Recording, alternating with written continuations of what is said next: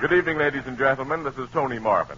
Every week at this time, the Anchor Hocking Glass Corporation of Lancaster, Ohio, and its more than 10,000 employees bring you another adventure of Casey, crime photographer, ace cameraman who covers the crime news of a great city. Written by Alonzo Dean Cole. Our adventure for tonight, Lady Killer.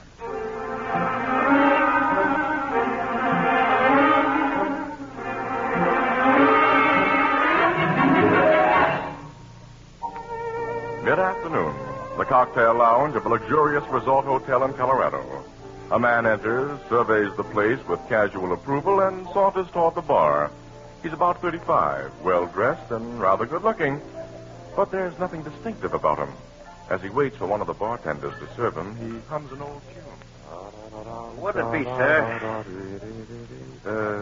Martini, please. Extra dry. Yes, sir. Say, haven't I served you before, sir? No, I just checked into the hotel an hour ago. This is my first visit to the bar. I don't mean here. Someplace else. Maybe L.A. I worked there last year. I've never been to Los Angeles.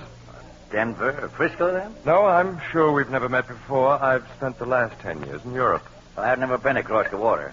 Yet. I guess you just remind me of somebody. Yes, I imagine that's it. Yeah. See how this martini strikes you. Uh-huh. Oh, it's exactly right. That's how I try to make everything. Call me when you want another. My name's Frank. Frank. Yeah? I shan't want another for a while, so I'll pay you now. Yeah? Keep the change. Say, thanks. All right. Oh, by the way, that fine-looking woman at the corner table over there, you know her? The brunette with the big diamond ring? Uh-huh. Yeah, I know her. Her face is very familiar. I was just wondering if... You've probably seen her picture in the papers. There was a big story about her a couple of weeks ago when she got a Reno divorce from her husband, plus $1 million settlement. Oh. She's Madeline Chalmers. Oh, yes, of course. I used to wait on her back in Toledo, where she comes from. I worked there 2 years ago.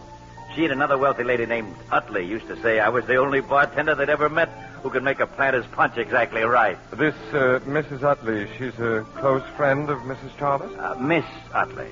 She was one of them bachelor girls then. Or since she's married a banker named Fisher. Yeah, she and Mrs. Chalmers were pals. Well, I'm acquainted with a banker named Fisher. I believe he married an Utley. Let's see now, his first name is... This one's first name is Douglas. He the one you know? Well, his wife's first name is... Irene. Irene Utley. Uh-huh, they're the people. I'm told they took a trip to Europe last year, where you were.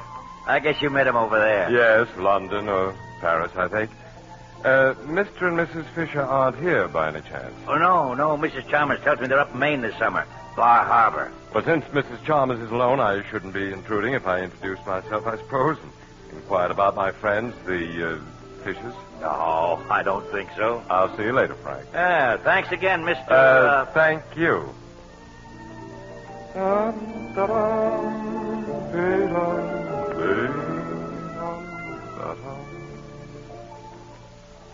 How do you do, Mrs. Chalmers? I beg your pardon? I can see you've forgotten me. Irene Utley introduced us several years ago in Toledo, I think it was, before she married Doug Fisher. Oh, you're a friend of Irene's and Doug? Why, I spent a day with them only a week ago in Bar Harbor. How are they? Irene hasn't written to me in ages. They were fine, enjoying themselves. May I sit down and order us... I seem to remember you had a preference for planter's punch. Do sit down. Thank you very much. I'm terribly embarrassed. You remember even my favorite drink, and I can't recall... Well, unlike you, I have a face that people soon forget. My name is Grammatan, Cecil Grammatan. Cecil Grammatan. You plan to stay here for some time, Mrs. Chalmers? At least several weeks. Well, I'm going to remain about the same period, and if you'll permit our acquaintance to ripen, I'll try hard not to be forgotten again.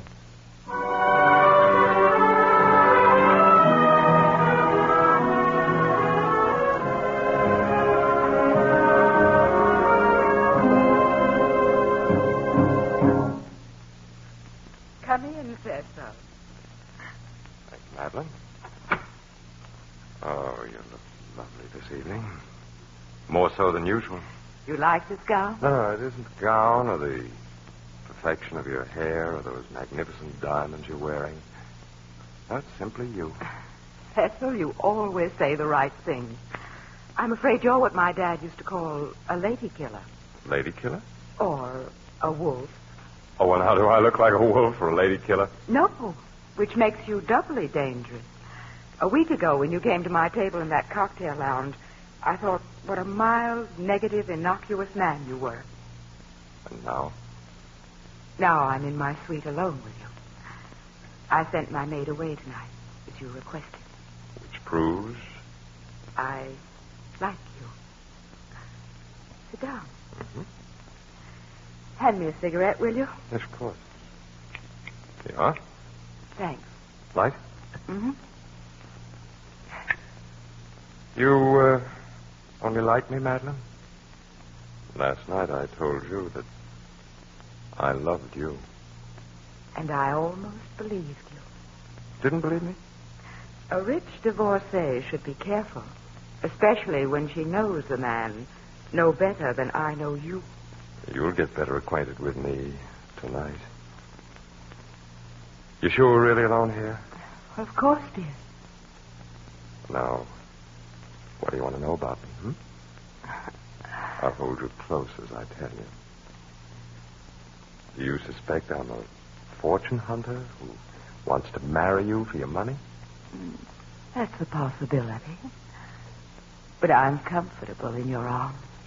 It's an impossibility. I wouldn't marry you for any amount of money. You wouldn't marry me? Or anyone like you. Cecil, let go of my throat.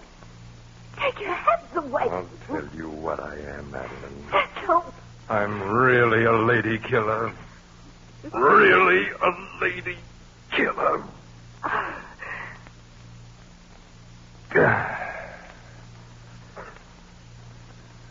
Such nice diamonds you had, Mrs. Chalmers. You won't need them anymore.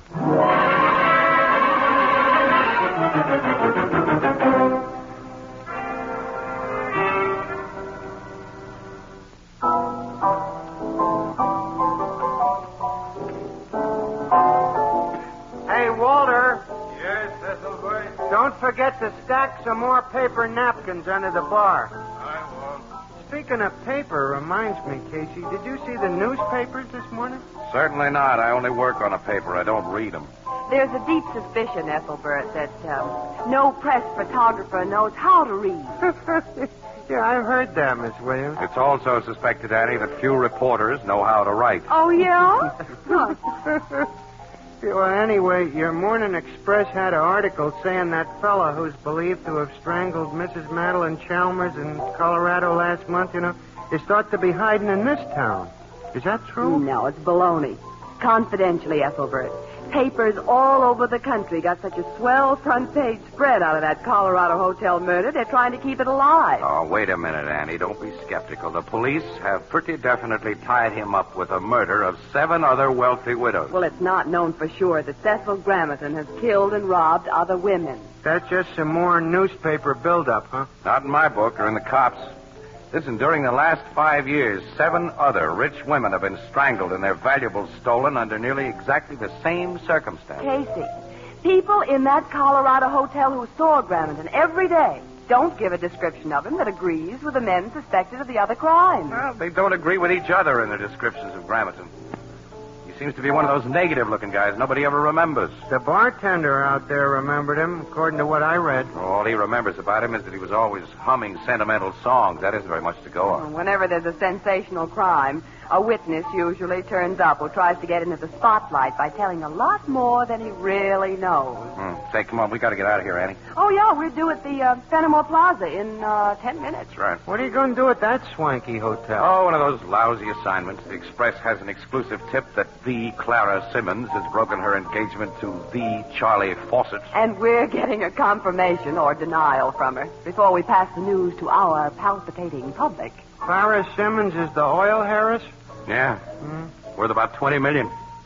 What I've heard, though, she's kind of a wet smack. She doesn't smoke. She doesn't drink. She doesn't approve of modern bathing suits. She's a very nice girl, Casey.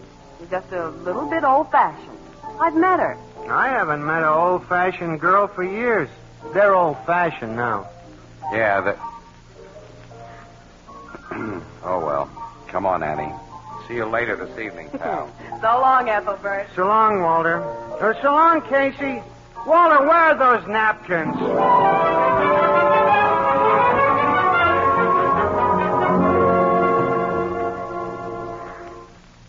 The report you heard is altogether correct, Miss Williams. Mr. Fawcett and I have broken our engagement. Do you care to give me the reason, Miss Simmons? I can only say that he and I agreed upon the termination and that we shall remain the best of friends. Now, if you'll excuse me, I'm expecting guests. May I take a picture of you before we go, Miss Simmons? I'd rather you wouldn't, Mr. Casey. Oh, well, we can run one of your old ones that we have in our files, but you look so nice this evening, I'd rather... You know that no woman can withstand that kind of flattery. Take your picture. Thanks. Will you stand over there by the piano, please? Surely. Casey wasn't guilty of flattery, Miss Simmons. That gown is charming. Thank you. Do you like the style? Uh-huh, very much. I haven't seen anything like it. It must be the latest. It was 20 years ago. My mother wore it then. Your mother? She wore it to a ball only a week before she died. I was just a child then, but I've never forgotten how pretty she looked. I kept it. I had it made over to wear tonight. Some big event must be scheduled for tonight, huh? It is, Mr. Casey. Will you take your picture now and then excuse me? Oh, sure.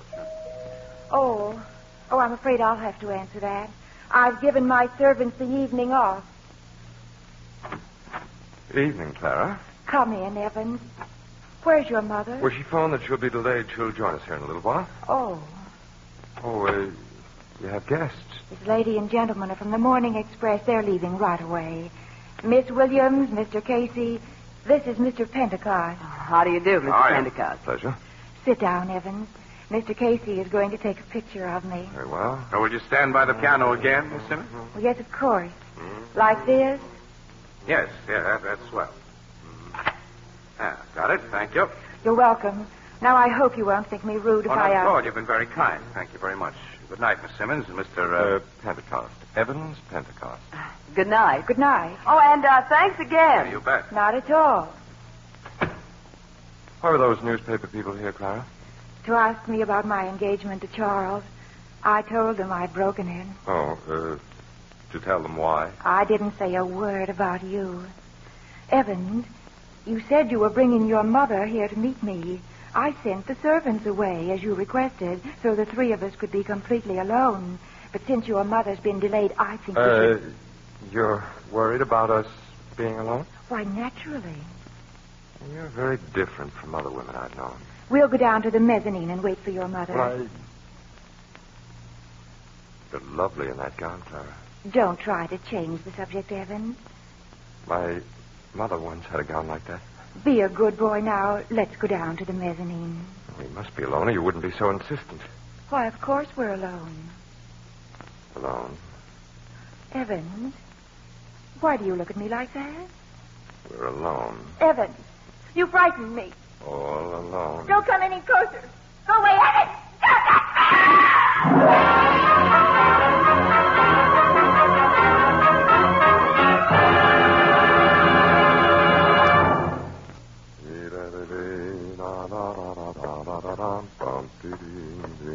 I have a taxi cab for you, Mr. Pentecost. Thank you, boy. It's outside this door, sir. You've put my baggage in it? Yes, sir. Everything's all set. Here. This is for your trouble. Thanks very much. I hope you'll be our guest at the Fenimore Plaza again, and very soon, sir. I don't think I shall be.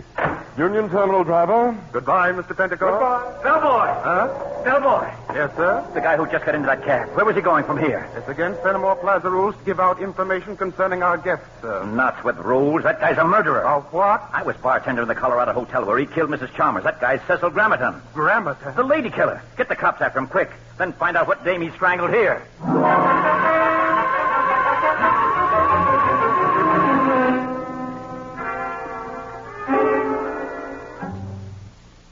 Grammatan got away, Captain Logan. Yeah, he did, Miss Williams.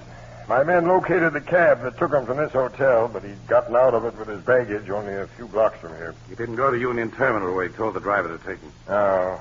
Where he is now is anybody's guess, Casey. You said he didn't hurt Miss Simmons, Logan. That's right. She was hysterical when they found her, but otherwise she was okay. Well, she was hysterical because he tried to kill her. Oh, he didn't even lay a hand on her, Miss Williams. What? The thing's screwy the way she tells it.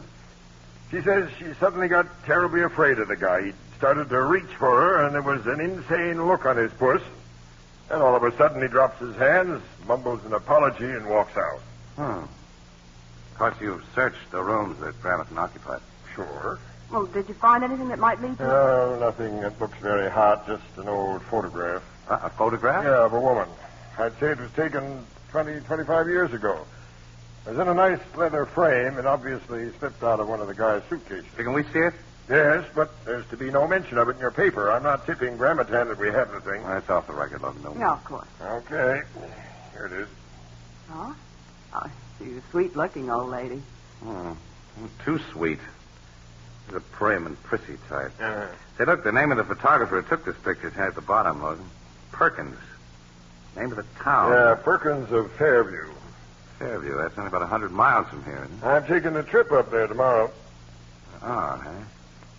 I'll go with you. Okay, but you may be wasting your time. It's my job to go. Well, I got a hunch it won't be wasted time, Logan. And I've got another hunch. A hunch that no newspaper guy should get. Yeah, what's that? That you should kill the entire story of what happened tonight. Kill the story? Yes, Annie, every bit of it. Oh, it's big news, Casey. Front page. That doesn't matter. Put that bartender under wraps, Logan. Tell the hotel people and Miss Simmons to clam up about what they know and give all the papers a hush-hush order. This is the first time I ever got that kind of advice from a news hound. I'll take it. Oh, you should be thrown to the squirrels for this, Casey. Oh, no, Annie. The big story will be Grammatan's arrest, and we'll play for an exclusive on that. Logan, how soon can we leave for Fairview?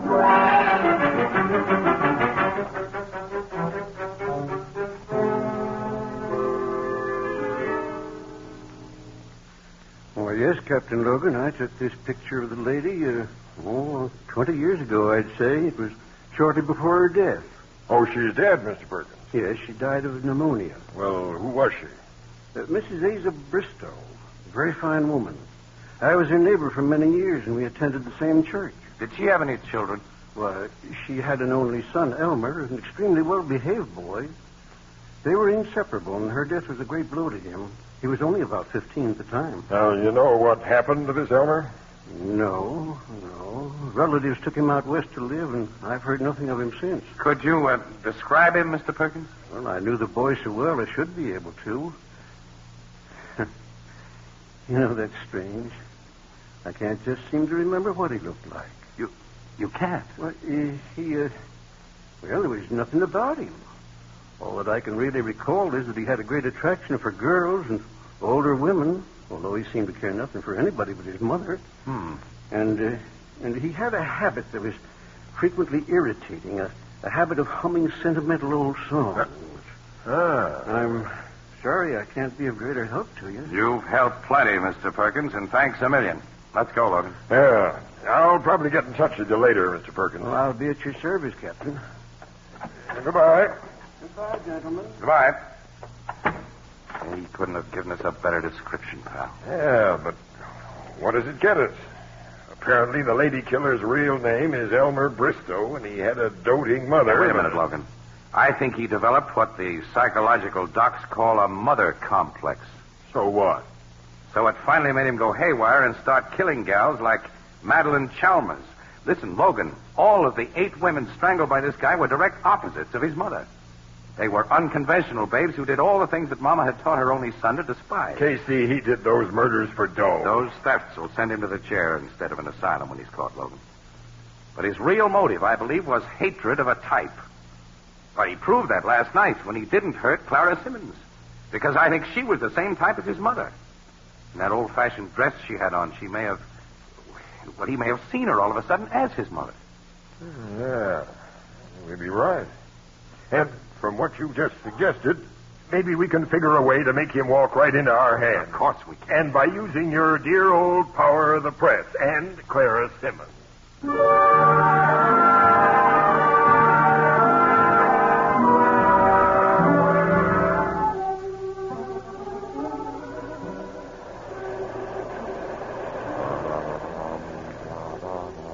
Gerard, Yes, Dorothy?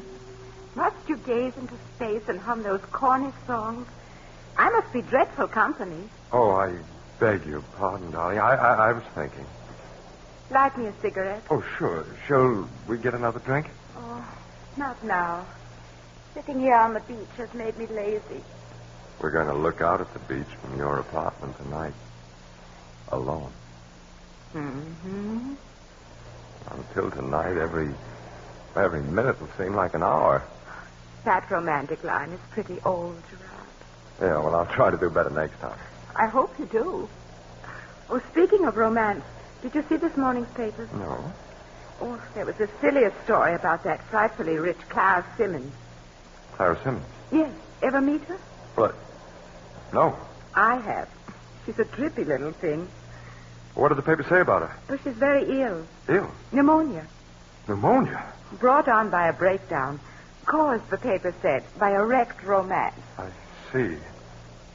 Well, did the paper say where Miss Simmons is? Well, she's in the city hospital, I believe. Dorothy, will you excuse me? I've got to go back to the hotel. Oh, why? I've got to put through a long-distance call. Business. I may have to leave here on the very first train. Leave? What's happening about tonight? Well, nothing, to my regret.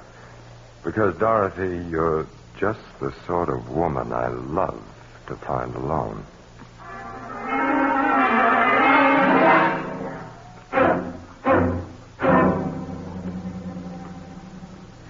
There he is, Captain Logan. The man getting out of that cab. Fine, Miss Simmons. Casey, our cockeyed scheme worked, eh? Pretty sure it would. We knew he'd fallen for it after that long-distance call came through to the hospital. When they told him I was really ill, Miss Williams, he came to me. Well, don't think of what he's doing now, Miss Simmons.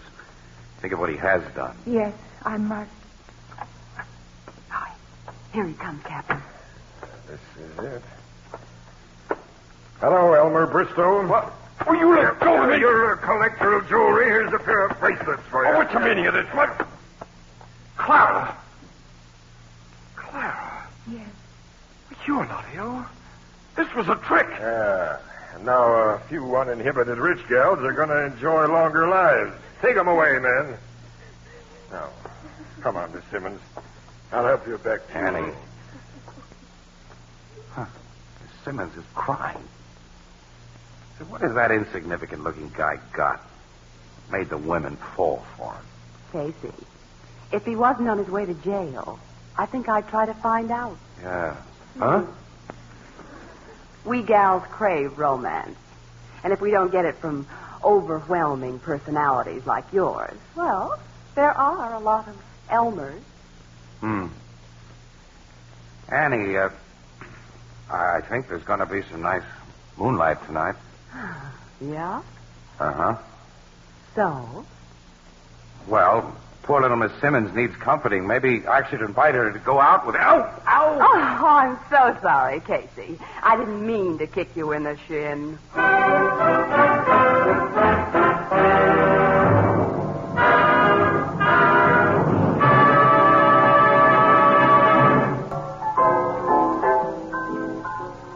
This guy, Elmer, admitted all his murders, huh? Yep, he's a psychopathic case, Ethelbert, and when his kind start talking, they keep it up. You know, that guy's proud of all his killings. He's bragging about them now. A nice, sweet guy. Yeah. And you got him to come back here by figuring Clara Simmons had the engine sign on him, just as his mother had, huh? Yeah, he couldn't let her die of pneumonia as his mother died without trying to save her. So clever, this Casey. Expert photographer, consulting psychologist, and eminent authority on affairs of the heart. What? You sound bitter, Miss Williams. Do I? Well, Annie, I'm not responsible for this rain tonight. Who said anything about weather?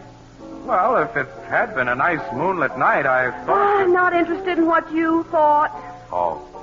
To a person with even the slightest imagination, moonlight is non-essential.